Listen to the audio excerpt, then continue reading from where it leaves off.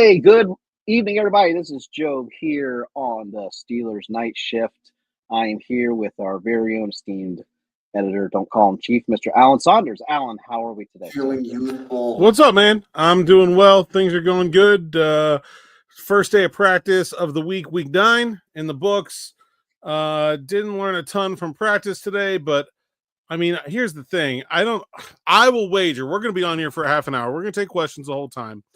I bet we don't get asked a question about the Indianapolis Colts, Joe. I got a feeling that people's minds and brains are still with last Sunday night's loss to the Green Bay Packers. And really, honestly, more than that, the way the last 2 weeks have gone for the Pittsburgh Steelers on defense and the way that unit that we thought might be historically good has turned out to so far be historically awful. 100%. Historically, awful is definitely one way to put it. I believe that we are looking at one of the worst ranked Steeler defenses so far if things continue to track that way.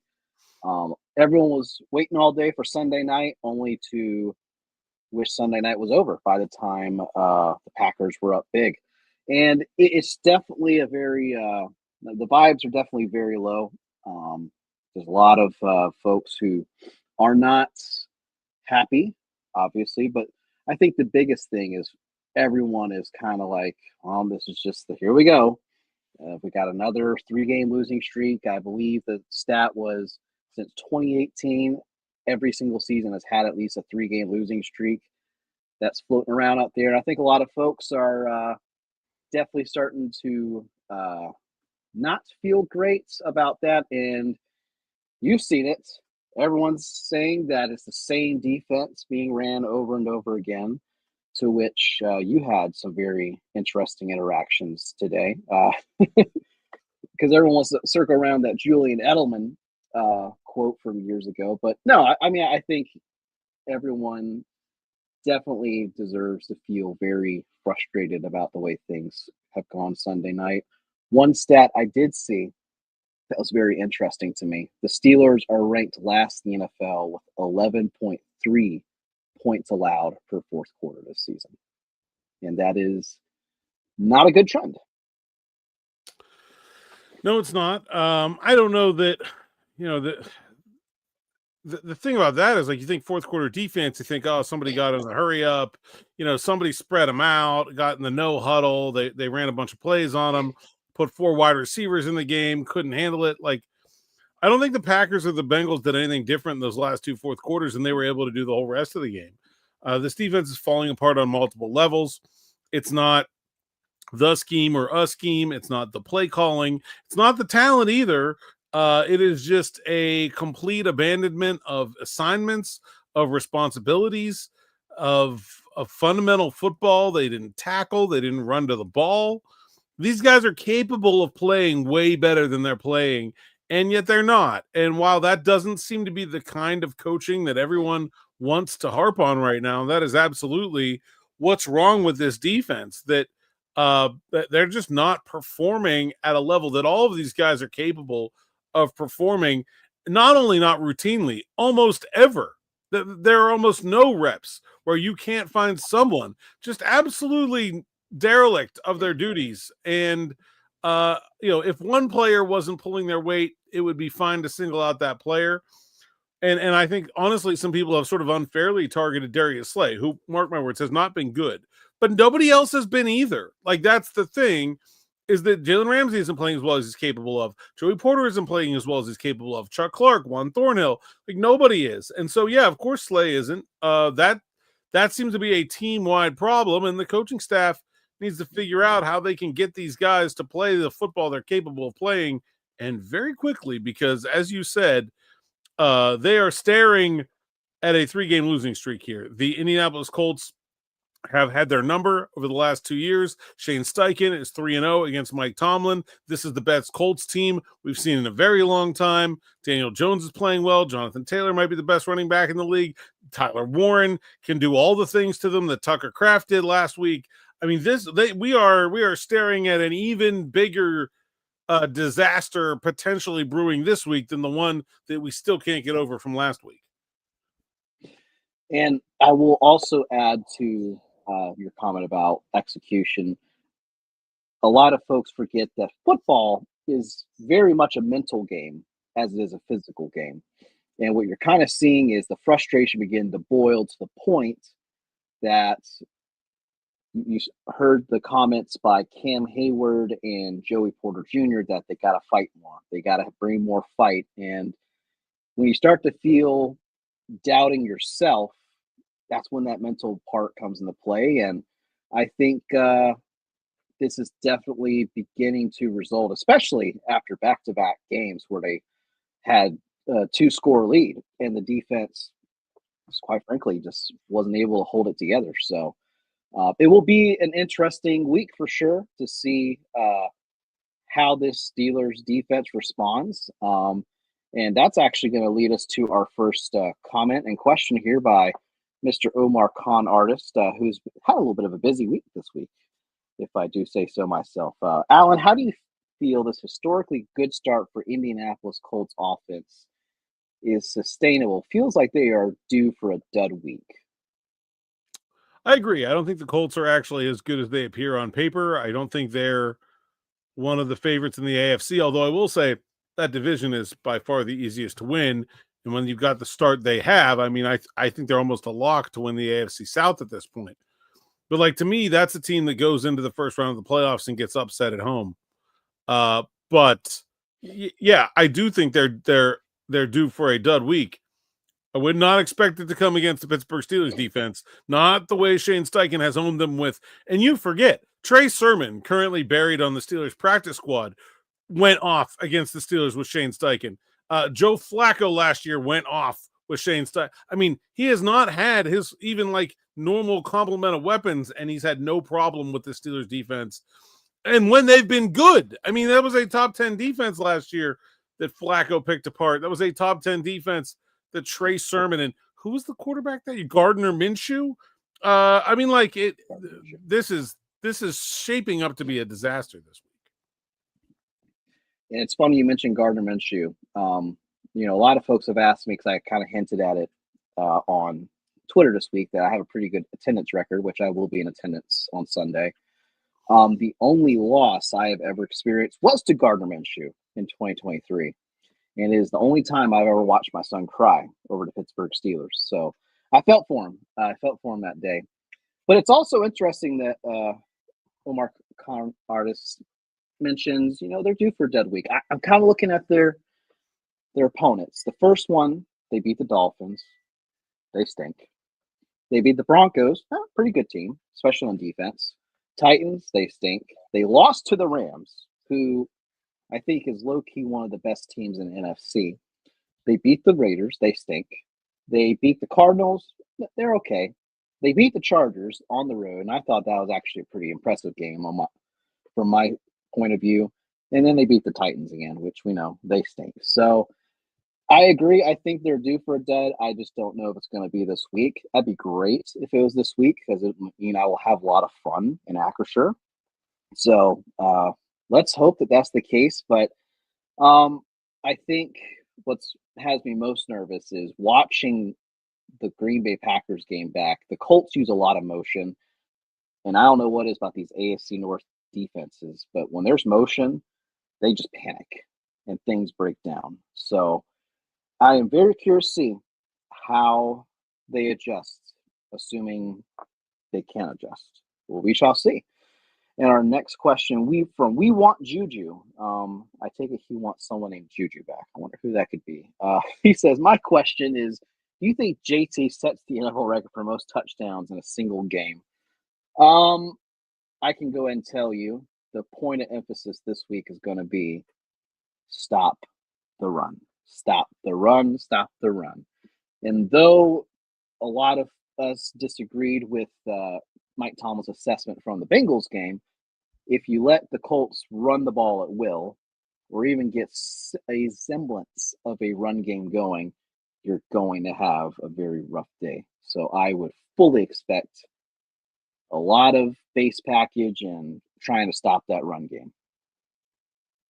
Yeah, I don't know. Juju Brents doesn't play for the Colts anymore. He was their their second-round pick in 2023, cornerback I really liked coming out of K-State.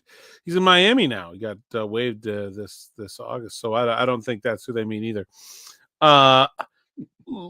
Look, I think if you're the Steelers defense and you can come out of this game saying we stopped Jonathan Taylor, but Tyler Warren and we didn't give up any deep passes, but Tyler Warren and Alec Pierce dinked and dunked us to death, and Michael Pittman, like, honestly, that's like the best case scenario I can see, right? Like that. I mean, I don't think they can even do that, but that would be a that would be a hollow victory, but at least a victory. Like that would mean something. I'm not sure they can do that, but yeah. Starts with Jonathan Taylor. I know, like, I sort of mocked Mike Tomlin talking about the run against the Bengals and Packers. I don't think it matters. This game, this team, yeah, absolutely.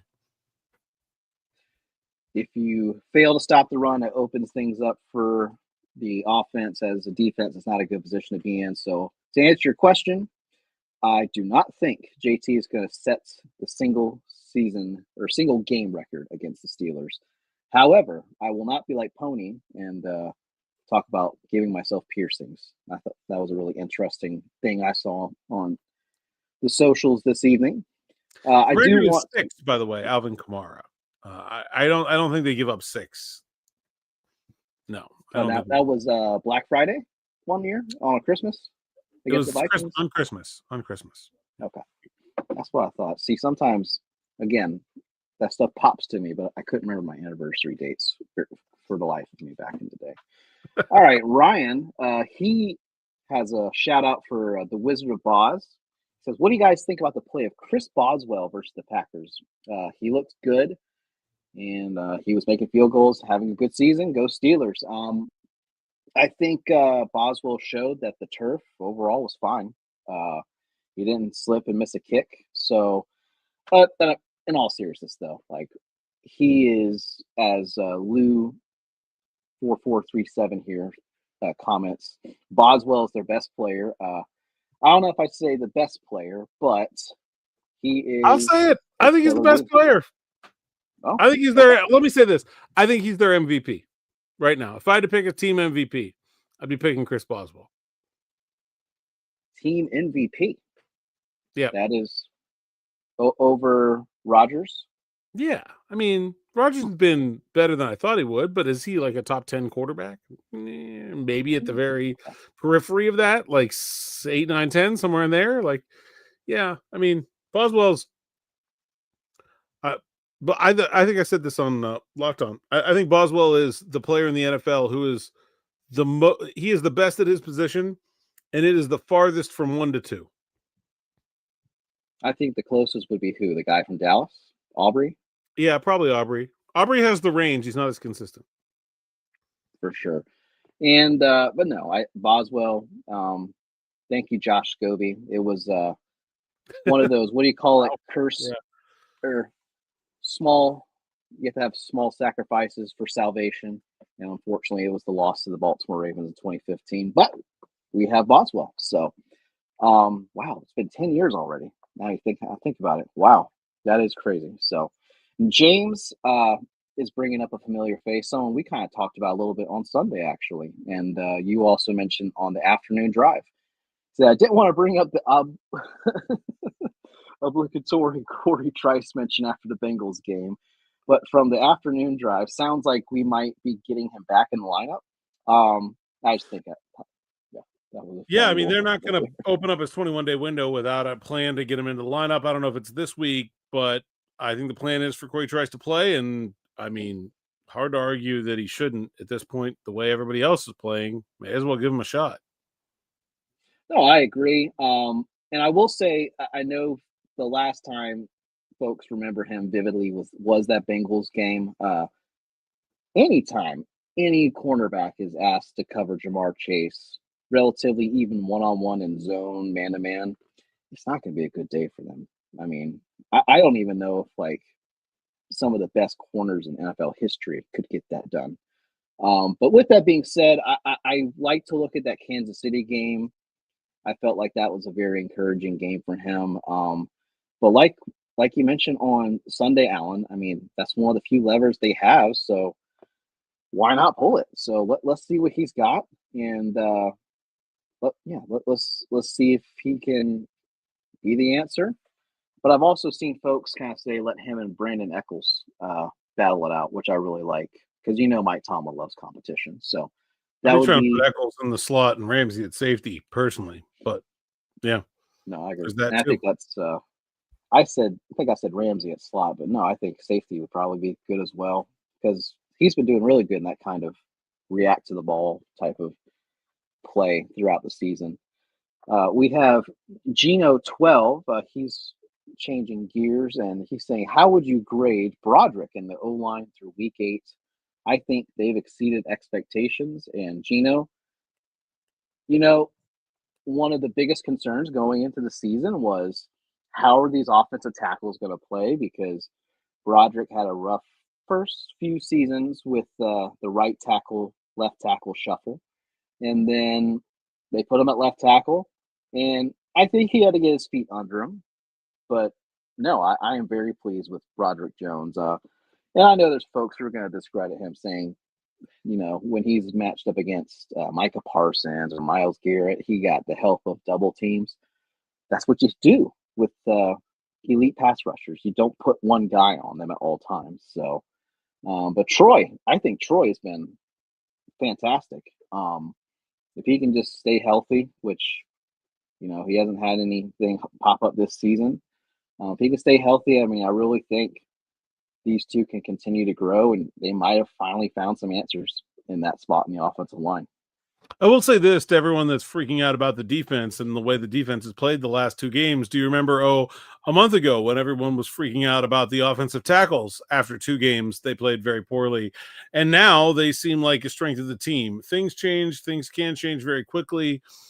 And although I don't have any easy answers about the defense, there's no question that almost all of the problems are correctable. So, I mean, this is a very good example of that. They didn't have a great start. I think things have been really coming on for them. I think they had 7 sacks the first 2 games and then 5 against the last 5 games.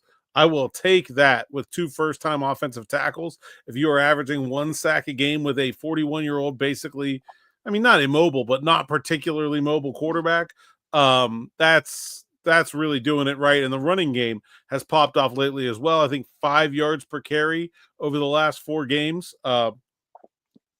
Against really good defenses too, like Cincinnati's notwithstanding, but Cleveland in there, Green Bay, solid units. They're doing really well. Yeah, and they also had a good game against the Vikings too. And I will say there were times in that Packers game I felt like Rodgers maybe got rid of the ball a little too quickly. But there were times when he did hold on to the ball. I mean, the tackles were holding up, and it was just a matter of sometimes the coverage holds up and you just run out of time. So those sacks weren't really on the offensive line so much as it was just good coverage downfield. So we have one comment from Big Ben's burner 555. Big Ben, if that is you and not a burner, I will be a little concerned about this comment. If we let Danny Dimes drop 30 on us, I will be chugging bleach. And I believe he's not Danny Dimes anymore. They're calling him Indiana Jones out there now. And Indiana Jones is a better nickname. He's not that accurate. You can't be Danny Dimes if you're have questionable accuracy. Listen, I got bad news. Hide the bleach because I think 30's coming. I would be shocked if it's not 30. I'm not saying they can't win the game.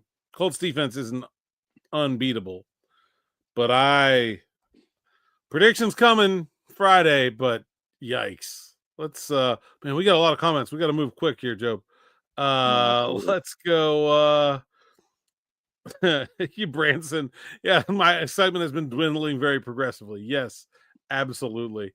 Absolutely.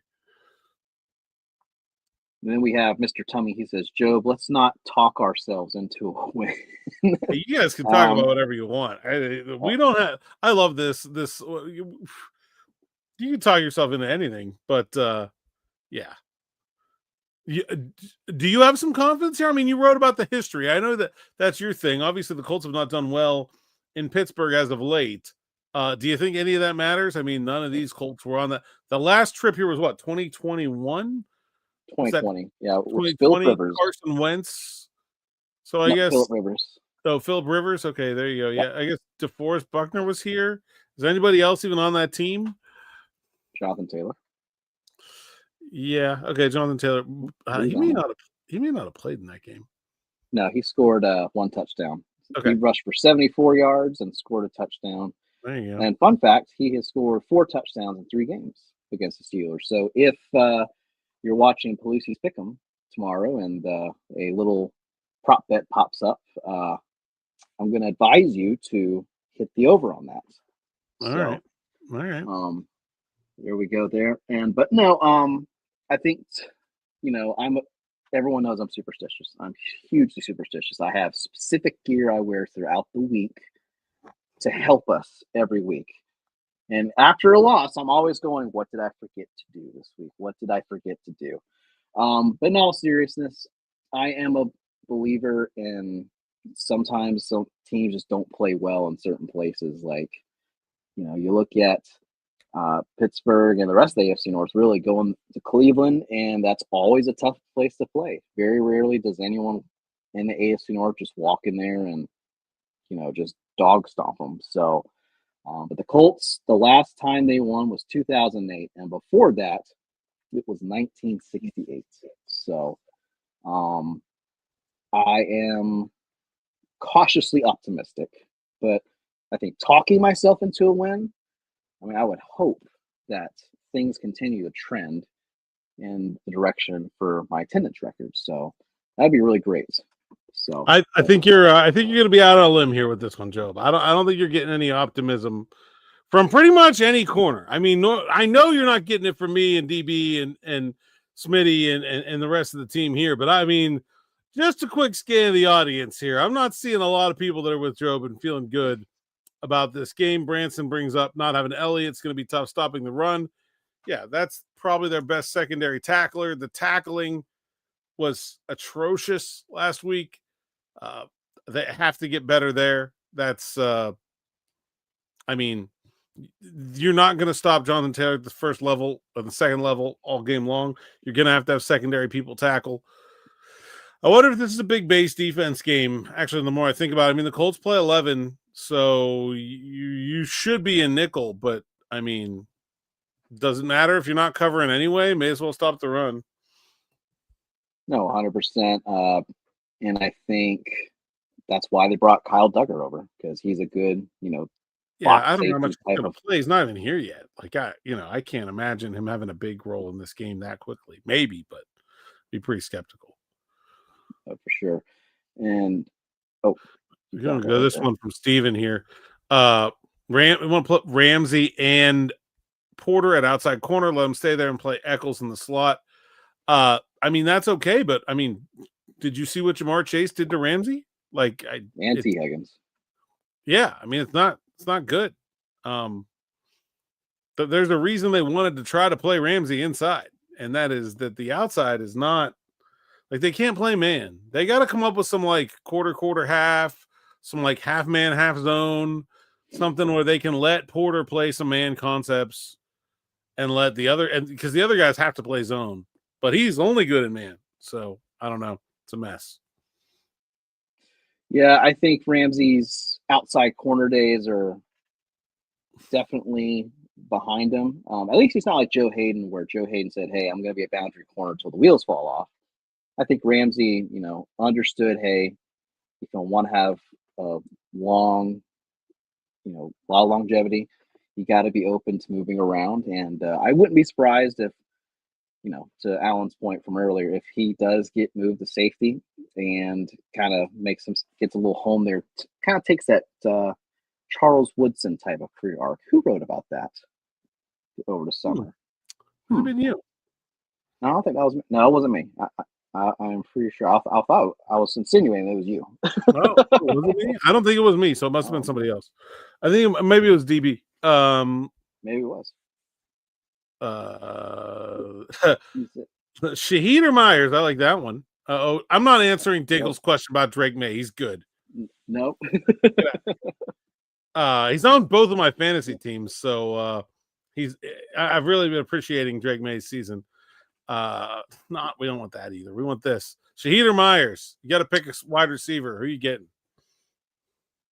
If I had to choose, I think I would actually pick Myers. I know everyone's gonna say, "Well, what about that deep threat? Take the top off the defense."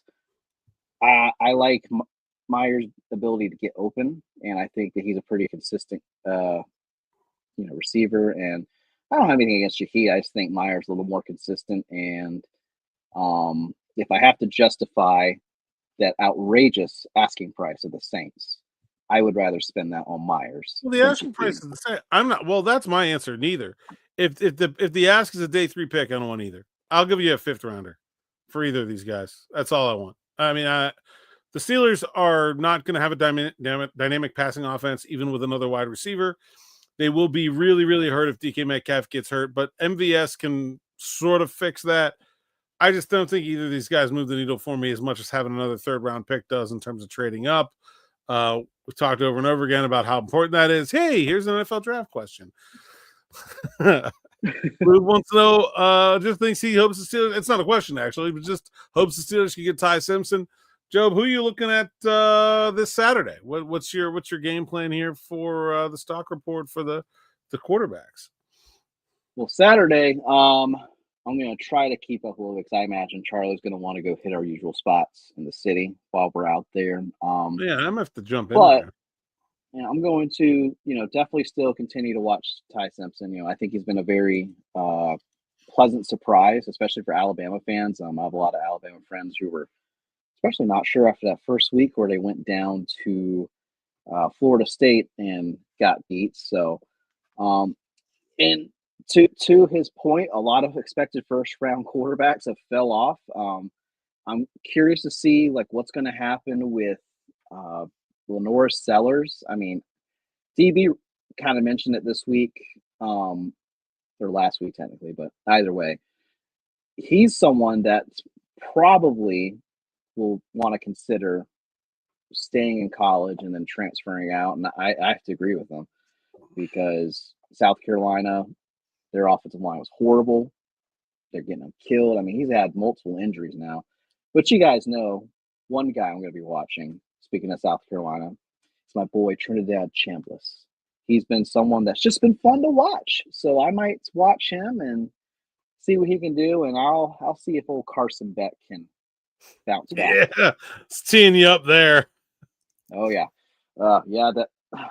And I agree with Mr. Con Artist. Other than that Louisville game, I have liked what I've seen from Carson Beck, but he didn't exactly light it up this past week in response. If it had been one thing where he just, sometimes you just wake up and it's just a bad day, man. If he had bounced back and threw, something outrageous 6 touchdowns, I would be like, you know what, there's a fluke. But I wasn't too impressed with this past week. But I don't know, maybe he'll do it this week. Would love to see them get Ty Simpson. I'm gonna be honest with you. I don't think they're gonna be able to get Simpson at this rate. Who knows?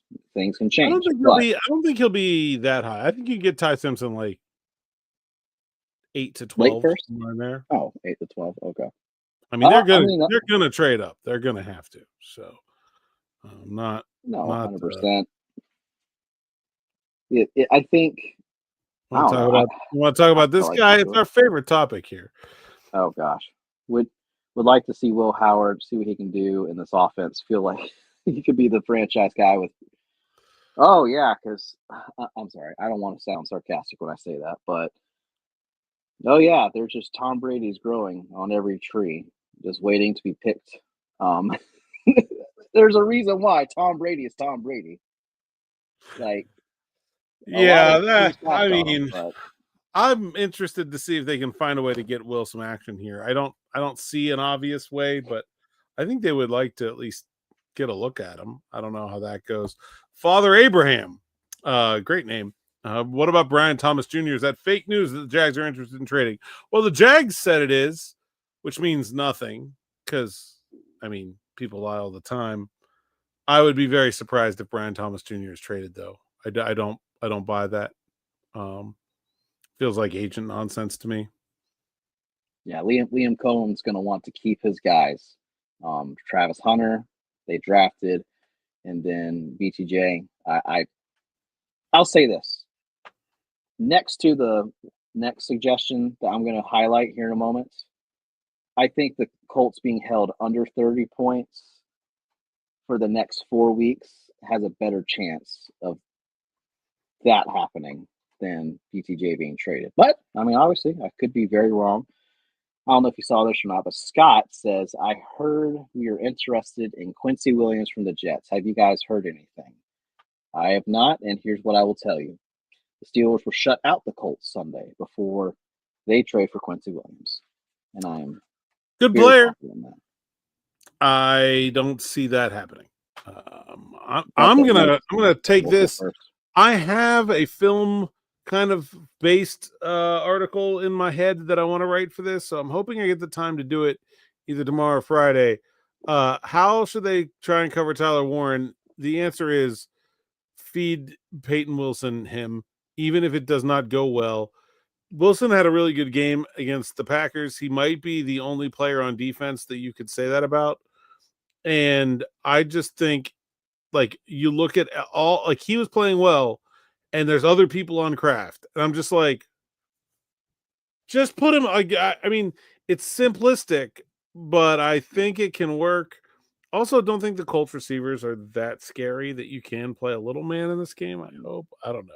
I want to try to get Peyton Wilson on him as much as I can. Yeah, I think you'll see Joey Porter matched up against Pittman, and I think you'll see whoever's on the opposite side probably travel with Pierce. Beyond that, those are only two guys that just stand out in the receiver room. So it's a good draft question. I don't think we've talked about on here yet. if for some reason quarterbacks that we have in the first round grades are off the board, which do you think we address in round one, cornerback or wide receiver? I would probably say, unless something great happens, probably cornerback, because I think Roman Wilson's trajectory is beginning to point up a little bit. Obviously, that could definitely flatten out and make it where wide receiver becomes more of a point there. But if he can continue to produce like he did Sunday, I think maybe he won't be the wide receiver too, but maybe he doesn't have them going in first round talks. But cornerback, they're probably got to find someone opposite Joey Porter Jr. for the long term. That's my thought process there. I agree. I think corner. I don't really think they're a first round wide receiver team most years. Although it is a good class. Lemon, Boston, Tyson, probably got and why am I blanking on the Ohio State guy? It's late. Carnell Tate. Yeah, probably 4 first rounders. So I mean, could be a wide receiver available there, but I think I'd go corner all the way. No, for sure, and I think if to kind of circle back to if something great happens, I think that unless Corey Trice lights it up, they're going to go corner. But you never know. I'm going to be optimistic, just like I am about the Colts on Sunday, because folks, we are getting to the point of clocking out time. I'm seeing a lot of folks kind of throwing their arms up, saying why Alan isn't answering Dinkelbert's questions on Drake May. So we'll let that be a mystery, and we just want you guys to want to thank you guys for joining us this week, and it's been a lot of fun, kind of talking about Colts quarterbacks and everything under the sun. Don't forget to watch the morning rush and the afternoon drive for Lucy's Pick'ems tomorrow. And Alan, where can they find you? Yeah, @Saunders_PGH on social media. SteelersNow.com is the written work, including hopefully that story about Tucker Kraft and Tyler Warren, and then the YouTube channel here. Absolutely. And you guys can find me at JOBEY Football. That's Joby Football. And you can find me on Steelers Now. And we appreciate you guys punching in with us tonight. And last time I said let's be at a certain record. it hasn't been going well the past couple times. So let's just see what happens this weekend. Everyone have a good night.